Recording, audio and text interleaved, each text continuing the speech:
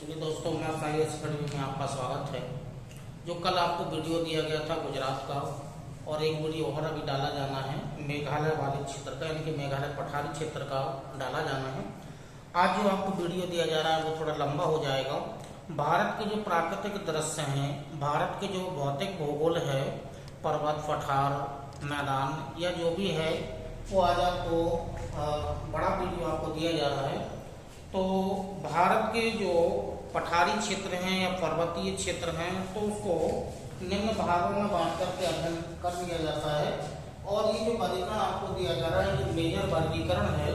Major वर्गीकरण के बाद आपको एक एक करके, जैसे हिमालय पर्वतीय क्षेत्र है तो हिमालय पर्वतीय क्षेत्र में ट्रांस हिमालय है और वृहद हिमालय, लघु हिमालय, शिवालिक, तो इनका एक एक करके फिर अलग से वीडियो आपको डाल दिया जाएगा। अभी आपको पूरे भारत का जो भौतिक भूगोल है वो आपको यहाँ पर दिखाया जा रहा है।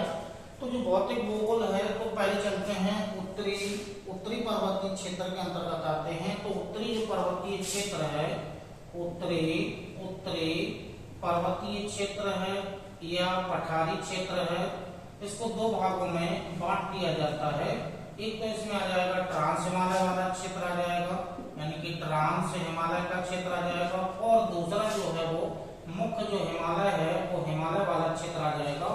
यानी कि उत्तरी पर्वतीय पठारी क्षेत्र के अंतर्गत एक क्षेत्र ट्रांस हिमालय है, दूसरा क्षेत्र हिमालय पर्वतीय क्षेत्र है जो मुख्य हिमालय है।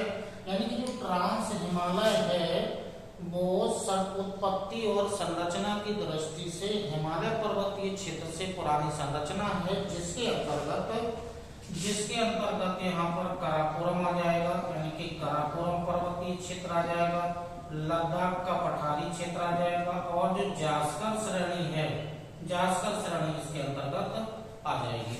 यानी कि जो ट्रांस हिमालय पर्वतीय क्षेत्र है उसके अंतर्गत काराकोरम पर्वतीय क्षेत्र, लद्दाख का पठारी क्षेत्र और जास्कर श्रेणी ट्रांस हिमालय के अंतर्गत आने वाली संरचना है। दूसरी ओर हिमालय पर्वतीय क्षेत्र है जो मुख्य हिमालय पर्वतीय क्षेत्र है। मुख्य हिमालय पर्वतीय क्षेत्र के अंतर्गत आपका वृहद हिमालय वाला क्षेत्र आ जाएगा, यानी कि वृहद हिमालय पर्वतीय क्षेत्र आएगा, लघु हिमालय पर्वतीय क्षेत्र आएगा और शिवालिक पर्वतीय क्षेत्र इसके अंतर्गत आएंगे। ठीक है, तो जो मुख्य हिमालय है, वृहद हिमालय, लघु हिमालय और शिवालिक पर्वतीय क्षेत्र में बटा हुआ है। इनकी लोकेशन इस डायग्राम में आपको भारत का जो मैप है इसमें आपको दिखाने जा रहे हैं। तो इसके अंतर्गत आइएगा, तो जो पहला क्षेत्र है ट्रांस हिमालय के अंतर्गत काराकोरम पर्वतीय क्षेत्र, तो जो लद्दाख या गिलगित वाला जो क्षेत्र है, इस क्षेत्र में ऐसी पर्वत श्रृंखला फैली हुई है। ये पर्वत श्रृंखला है और इसका नाम है काराकोरम पर्वत। ये काराकोरम पर्वत क्षेत्र फैला हुआ है, ये काराकोरम पर्वतीय क्षेत्र है। काराकोरम पर्वतीय क्षेत्र में यदि देखें तो भारत की जो सबसे ऊंची चोटी है, यानी कि केटू, और केटू जो चोटी है यानी कि केटू जो भारत की सबसे ऊंची चोटी है, वो भारत की सबसे ऊंची चोटी केटू गॉडवन ऑस्टिन उसका दूसरा नाम है। तो ये काराकोरम पर्वतीय वाले क्षेत्र में है।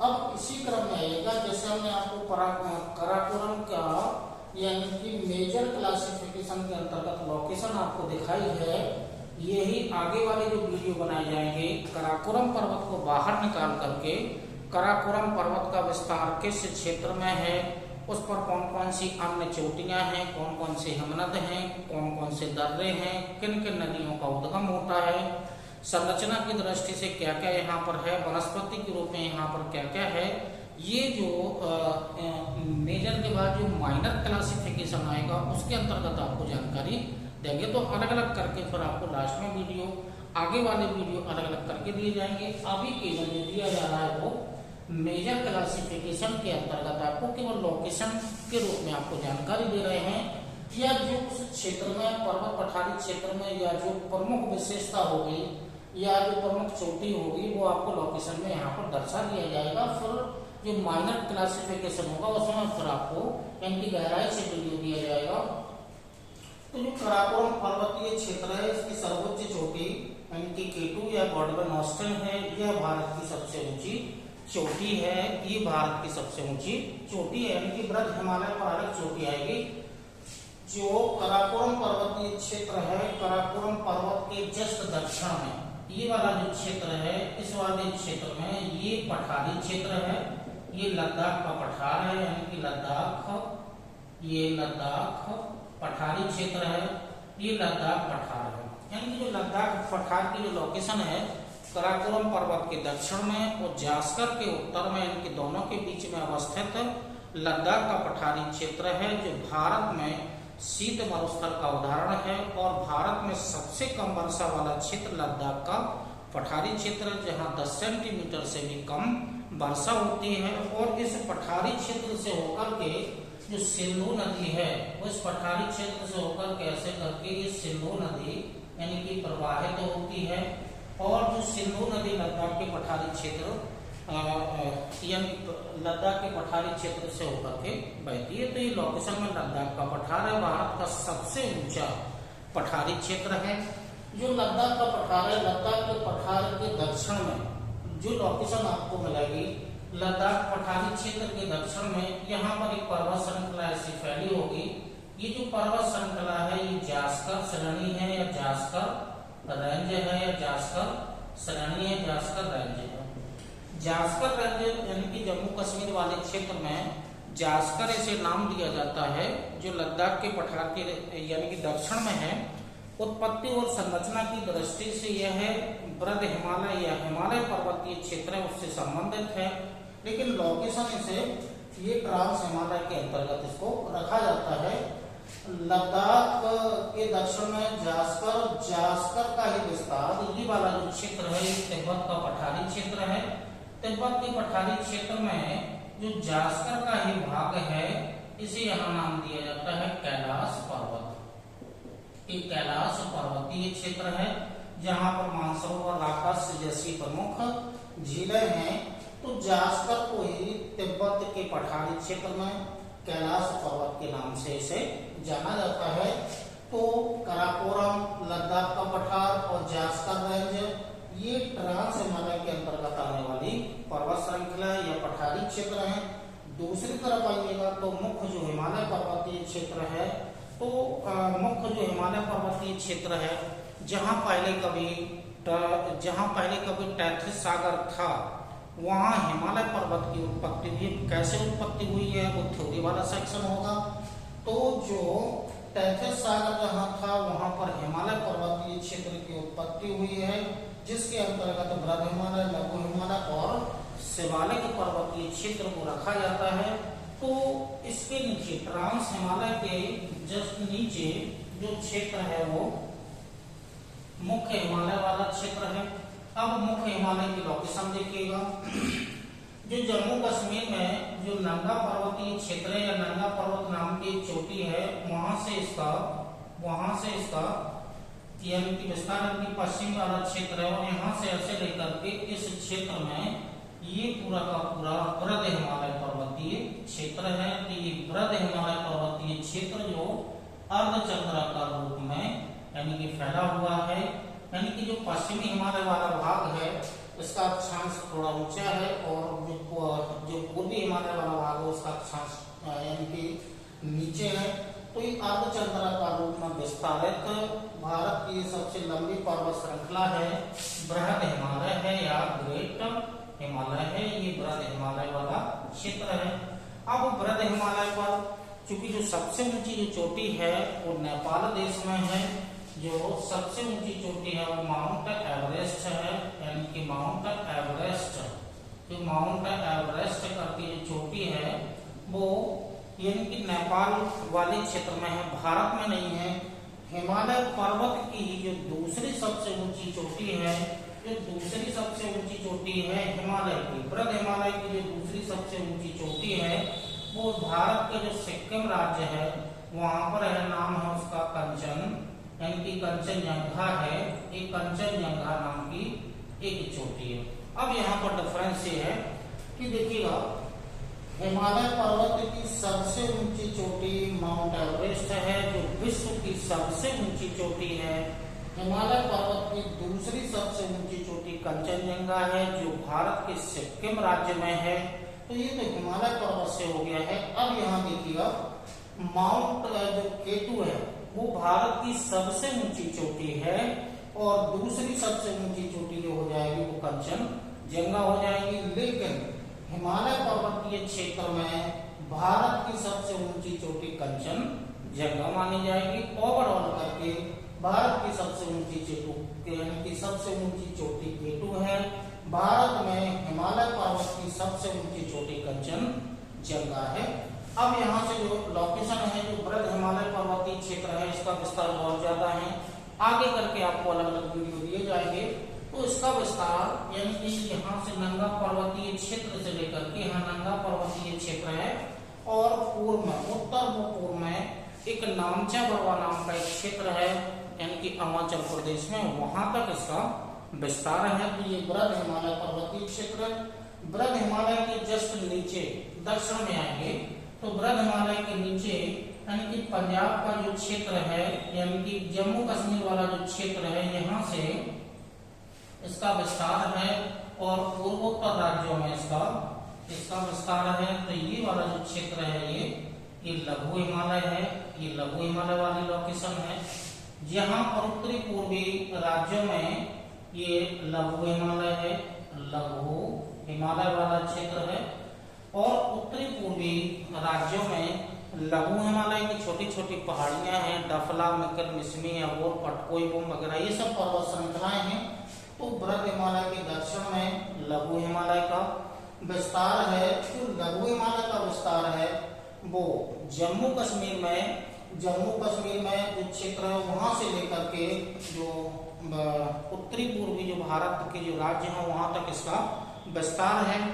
जम्मू कश्मीर में से पीर पंजाल के नाम से जाना जाता है, जम्मू कश्मीर में पीर पंजाल के नाम से, हिमाचल प्रदेश में धौलाधार के नाम से, और जो उत्तराखंड है वहां पर नाग टिब्बा के नाम से, नेपाल में इसे महाभारत श्रेणी के नाम से, और पूर्वोत्तर राज्यों में पूर्वोत्तर पहाड़ियों के नाम से इसे जाना जाता है। बृहद हिमालय से कम ऊंची पर्वत श्रृंखला है। बृहद हिमालय के नीचे जो क्षेत्र है वो लघु हिमालय वाला क्षेत्र है, ये शिवालिक वाला क्षेत्र है। तो शिवालिक पर्वतीय क्षेत्र पंजाब का जो पोटवार क्षेत्र है, पोटवार क्षेत्र से लेकर के और जो पूर्वी वाला जो भाग है, यहाँ पर जो द्वार वाला जो क्षेत्र है, द्वार यानी कि गंगा और उसकी सहायक नदियों ब्रह्मपुत्र और गंगा नदी के बीच का जो मैदानी क्षेत्र है उसे द्वार के नाम से जाना जाता है। तो यहाँ तक इसका विस्तार यानी कि पंजाब के कोटवार से लेकर के द्वार तक इसका विस्तार है। ये जो पर्वत श्रृंखला है ये शिवालिक पर्वत है, यानी कि शिवालिक पर्वतीय क्षेत्र है, यानी कि शिवालिक है। तो जो उत्तरी भारत के जो पर्वतीय पठारी क्षेत्र हैं इसको इस रूप में आपको दिखाया गया है। और शिवालिक पर्वतीय क्षेत्र के नीचे जो मैदान फैला है वो गंगा का मैदानी क्षेत्र है, यानी कि ये गंगा का मैदान है। ये पूरा क्षेत्र गंगा का मैदानी क्षेत्र है। तो ये गंगा का मैदान है, गंगा और उसकी सहायक नदियों के द्वारा बनाया गया मैदान है। और हिमालय पर्वत से आने वाली नदियों के द्वारा लाए गए अवसादों के निक्षेपण से गंगा के मैदान का निर्माण हुआ है। इसका वीडियो आपको अलग से डाल दिया जाएगा। गंगा के मैदानी क्षेत्र के दक्षिण में केंद्रीय उच्च भूमि का विस्तार है। तो जो केंद्रीय उच्च भूमि है, केंद्रीय उच्च भूमि का विस्तार है, केंद्रीय उच्च भूमि है। अब केंद्रीय उच्च भूमि यानी कि जो ये बीच वाला भाग है ये केंद्रीय उच्च भूमि वाला भाग है, ये केंद्रीय उच्च भूमि है। अब इस केंद्रीय उच्च भूमि के अंतर्गत हमें जानना है क्या क्या आएगा। तो केंद्रीय उच्च भूमि के अंतर्गत हमें अरावली पर्वत को जानना है, मालवा पठार को जानना है, बुंदेलखंड यानी कि बुंदेलखंड पठार को जानना है। ये बुंदेलखंड पठारी क्षेत्र हो जाएगा। इसी के अंतर्गत बघेलखंड का पठार भी आता है, ठीक है। और इसी के अंतर्गत विंध्यन पर्वत भी आता है, विंध्यन पर्वत भी आता है। और इसी के अंतर्गत जो सतपुड़ा पर्वतीय क्षेत्र है वो भी इसी के अंतर्गत आता है। और छोटे छोटे पठारी क्षेत्र हैं उनको अभी छोड़ रहे हैं। ये केंद्रीय उच्च भूमि के अंतर्गत आने वाली भारत की संरचना है अरावली पर्वत, मालवा पठार, बुंदेलखंड, बघेलखंड, विंध्य पर्वतीय क्षेत्र और सतपुड़ा पर्वतीय क्षेत्र इसके अंतर्गत आने वाले हैं। और इसी के अंतर्गत अभी जो छोटा नागपुर पठारी क्षेत्र है वो पूर्वी पठारी क्षेत्र के अंतर्गत आता है, तो उसका डायग्राम अभी हम दे रहे हैं। पहले इसके बारे में जान लीजिएगा। ये अरावली पर्वतीय क्षेत्र है, तो ये जो क्षेत्र है ये अरावली पर्वतीय क्षेत्र का विस्तार है, यानी कि दिल्ली की पहाड़ियों से लेकर के दिल्ली में जो पहाड़ियां हैं, दिल्लियों की पहाड़ियों को उत्तर में दिल्लियों की पहाड़ियों से लेकर के गुजरात यानी कि गुजरात में अहमदाबाद के थोड़े से उत्तर में जो शेष अवशेष पर्वतीय क्षेत्र है वो अरावली का ही विस्तार, यानी कि पालनपुर तक इसका विस्तार है, पालनपुर तक इसका विस्तार है। जो आबू जो पर्वतीय क्षेत्र है वो गुजरात में है, राजस्थान में भी है, तो आबू पर्वतीय क्षेत्र तक अरावली का विस्तार है। तो ये जो पर्वतीय क्षेत्र है ये अरावली पर्वत है, यानी कि अरावली पर्वत है, जिसका जो नीचे वाला जो भाग है उसे माउंट आबू के नाम से जाना जाता है। और माउंट आबू पर एक चोटी है जिसका नाम है गुरु शिखर। तो अरावली पर्वत की सबसे ऊंची चोटी गुरु शिखर हो जाएगी। ये गुरु शिखर है जो माउंट आबू पर्वतीय क्षेत्र में अवस्थित है। तो अरावली जो पर्वतीय क्षेत्र है ये भारत की सबसे पुरानी पर्वत श्रृंखला है। ये अवशिष्ट पर्वत का उदाहरण भी है, अरावली पर्वत है। अरावली पर्वत के क्षेत्र में आएंगे तो जो दूसरा क्षेत्र है वो मालवा का पठारी क्षेत्र है। तो ये वाला जो क्षेत्र है ये मालवा का पठार है, ये मालवा पठार, ये मालवा पठारी क्षेत्र है। मालवा पठार से जो लगा हुआ क्षेत्र है इसी के अंतर्गत यहाँ पर आ जाएगा बुंदेलखंड पठार, यानी कि बुंदेलखंड पठारी क्षेत्र है। इसी के आगे जाएंगे तो ये बघेलखंड का पठार मिलेगा, यानी कि बघेलखंड का पठारी क्षेत्र मिलेगा। और बघेलखंड पठारी क्षेत्र के इस क्षेत्र में जो आपको संरचना मिलेगी वो पूर्वी पठारी क्षेत्र है, वो अंतर्गत वो अलग से आपको बघेलखंड हो गया। उसके बाद आओ विंध्य पर्वतीय क्षेत्र है, तो विंध्य पर्वतीय क्षेत्र का विस्तार ऐसे है, ठीक है। तो ये विंध्य पर्वतीय क्षेत्र है, ये विंध्य पर्वतीय क्षेत्र है, ये विंध्य पर्वत हो गया। विंध्य पर्वत के नीचे जो पर्वत श्रृंखला मिलेगी सतपुड़ा पर्वतीय क्षेत्र हो जाएगा, ये सतपुड़ा पर्वत हो गया, ठीक। तो सतपुड़ा पर्वतीय क्षेत्र के जो प्रमुख चोटियां हैं उनमें चूंकि पचमढ़ी भी है, जो प्रमुख चोटी है पचमढ़ी वगैरह भी हैं, तो इसके डायग्राम अलग से सतपुड़ा जब आपको पढ़ा दिया जाएगा तो वहां पर आ जाएगा। तो ये केंद्रीय उच्च भूमि के अंतर्गत आने वाले प्राकृतिक संरचनाएं हैं अरावली, मालवा, बुंदेलखंड, बघेलखंड, विंध्य और सतपुड़ा पर्वतीय क्षेत्र। अब जो दूसरा भाग है इस क्षेत्र में फैला हुआ है वो पूर्वी पठारी क्षेत्र है। और पूर्वी पठारी क्षेत्र के अंतर्गत जो पूर्वी पठारी क्षेत्र है ये पूर्वी पठारी क्षेत्र है, ये पूर्वी पठार के अंतर्गत छोटा नागपुर पठार, छोटा नागपुर पठारी क्षेत्र, महानदी यानी कि छत्तीसगढ़ बेसिन, ये छत्तीसगढ़ बेसिन वाला क्षेत्र है। और इसी के अंतर्गत दंडकारण्य प्रदेश इसी का भाग है, ठीक। तो पूर्व पठारी क्षेत्र के अंतर्गत मुख्य रूप से छोटा नागपुर का पठारी क्षेत्र आता है। छोटा नागपुर का पठारी क्षेत्र है, उसी के नीचे छत्तीसगढ़ का बेसिन, छत्तीसगढ़ का मैदान है, उसी के नीचे दंडक प्रदेश या दंडकारण्य प्रदेश है। तो उसकी लोकेशन देखिएगा, ये पूर्वी पठारी क्षेत्र है, यहाँ से ऐसे करके ये पूर्वी पठारी क्षेत्र है, ये पूर्वी पठारी क्षेत्र है, जिसमें ये जो बड़ा भाग है छोटा नागपुर पठारी क्षेत्र है। अब छोटा नागपुर पठारी जो क्षेत्र है वो मुख्य रूप से विस्तार झारखंड राज्य में है। और छोटा नागपुर पठारी क्षेत्र को दो भागों में बांट लिया जाता है। और यहाँ से एक नदी बहती है दामोदर नाम की नदी, ये दामोदर नाम की नदी है। दामोदर जो नदी है वो छोटा नागपुर पठारी क्षेत्र को दो भागों में बांट देती है। नदी के उत्तर वाला जो भाग है वो हजारीबाग का पठार, नदी के दक्षिण वाला जो भाग है वो रांची का पठार है। यहाँ पर हम शॉर्ट में लिख रहे हैं, यानी कि हजारीबाग का पठार है और ये रांची का पठारी क्षेत्र है। और जो छोटा नागपुर पठार का जो उत्तरी भाग है, यहाँ पर एक छोटी सी पर्वत श्रृंखला फैली है जिसका नाम है राजमहल की पहाड़ियों का विस्तार है।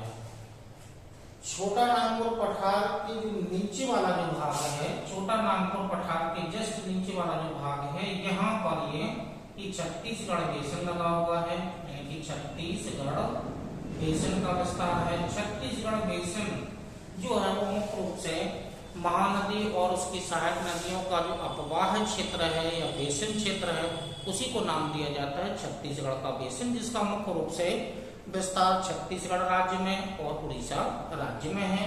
तो यहाँ से छत्तीसगढ़ से यानी कि छत्तीसगढ़ बेसिन से महानदी बहती, इसी के दक्षिणी भाग में जो प्रदेश है वो दंडकारण्य यानी कि दंडकारण्य प्रदेश है। ठीक है, दंडकारण्य प्रदेश क्षेत्र है।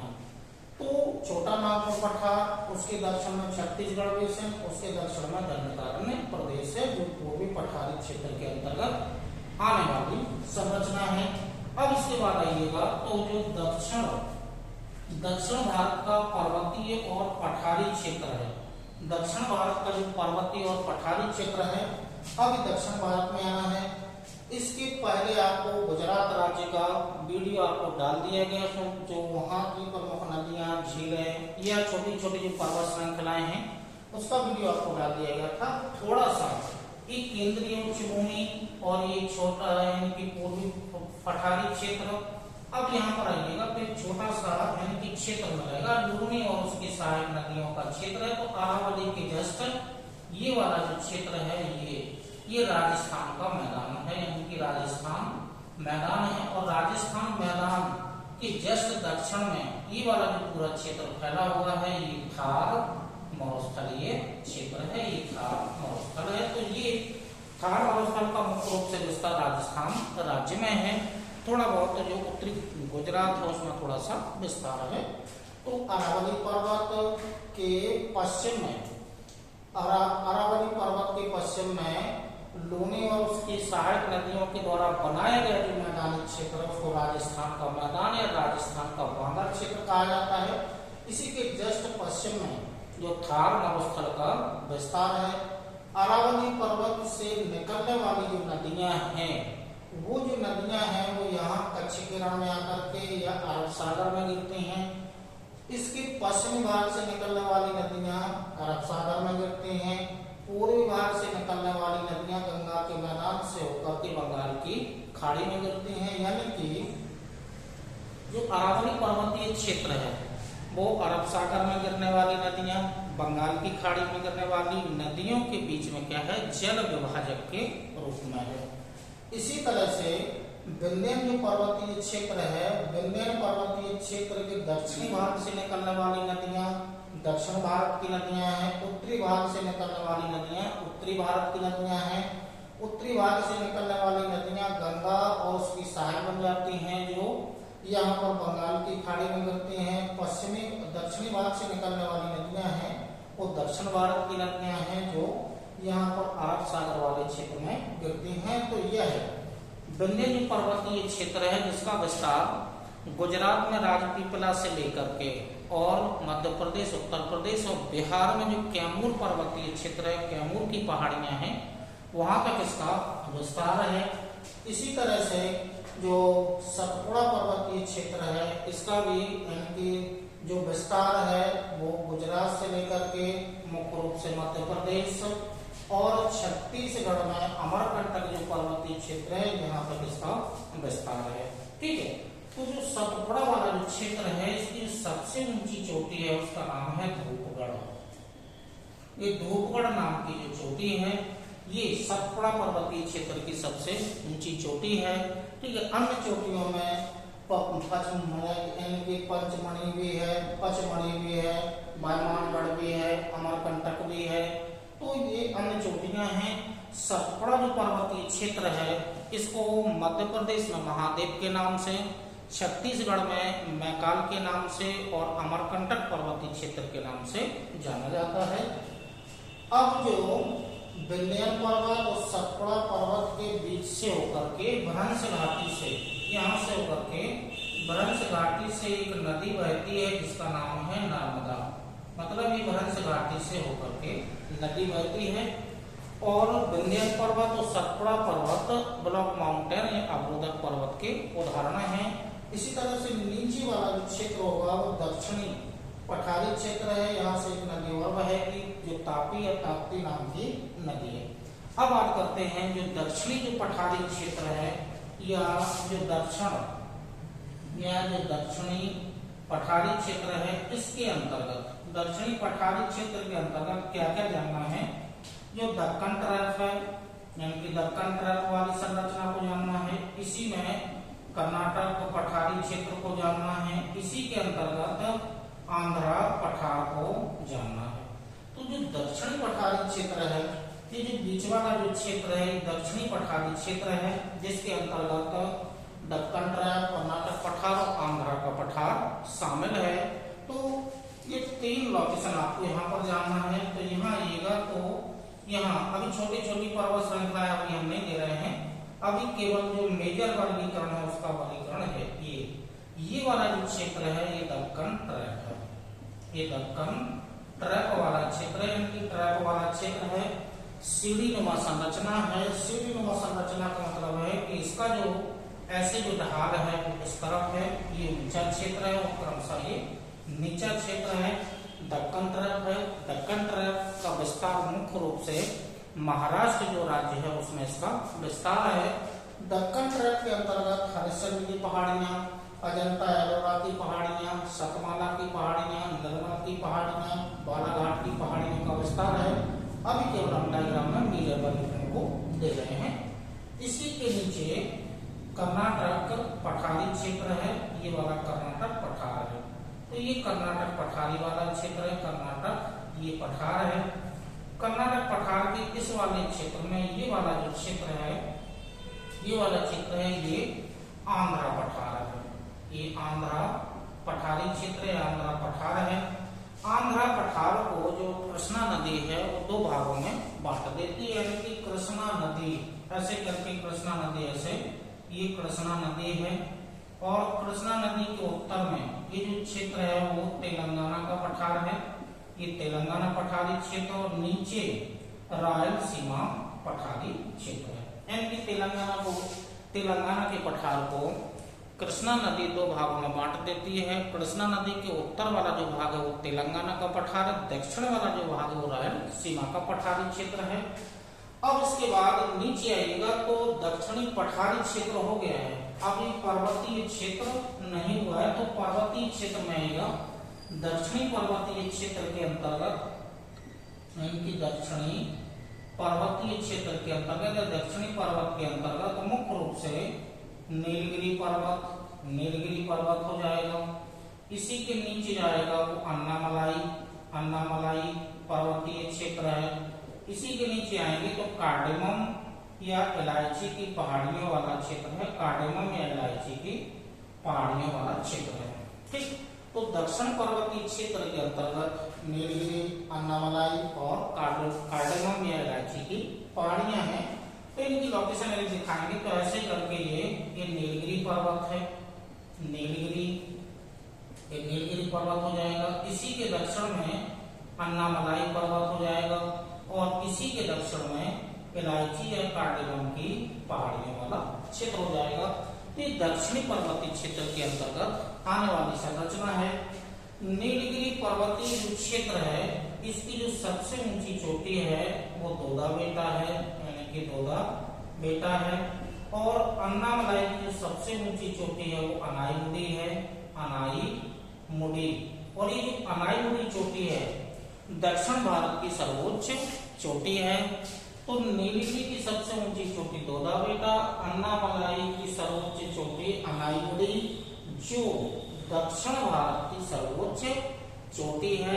तो दक्षिण भारत की सर्वोच्च चोटी है। और कार्डेमम या इलायची की जो पहाड़ियां हैं वो दक्षिणतम, यानी कि भारत की दक्षिणतम पहाड़ियां हैं। इसके बाद मैदानी क्षेत्र में रहेगा या समुद्र तटीय क्षेत्र में रहेगा। तो जो भारत का जो मेजर क्लासिफिकेशन है, मेजर क्लासिफिकेशन के अंतर्गत ये वाला क्षेत्र हो गया है।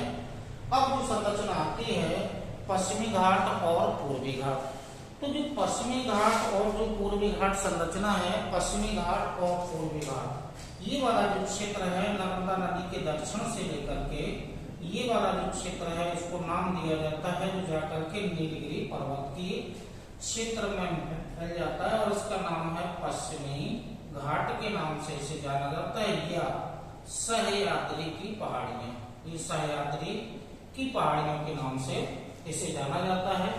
एकांतर क्रम में क्रमबद्ध रूप में उत्तर से दक्षिण समुद्र तट के समानांतर इसका विस्तार है, जिस पर कालसुबाई, महाबलेश्वर, उद्रेमुख ये प्रमुख चोटियां हैं। अलग से आपको डायग्राम इसका दे दिया जाएगा। और दूसरी तरफ चलते हैं तो ये वाला जो क्षेत्र है ये पूर्वी घाट वाला क्षेत्र है, ये पूर्वी घाट है, ये पूर्वी घाट वाला क्षेत्र है। और पूर्वी घाट पर जो प्रमुख चोटियां हैं, जैसे महेंद्रगिरी नाम की एक चोटी है उड़ीसा में है।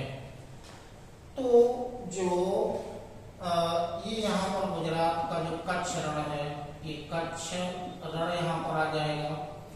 थार मरुस्थल, तो जो भारत का जो मेजर रूप में क्लासिफिकेशन है वो आपको इस डायग्राम के माध्यम से दे दिया गया है। ये गंगा का मैदान यानी पठारी क्षेत्र के उत्तर में जो क्षेत्र में रहेगा, यानी कि शिवालिक पर्वतीय क्षेत्र और जो ये पठारी क्षेत्र है इसके बीच में जो रहेगा वो गंगा का मैदानी क्षेत्र है।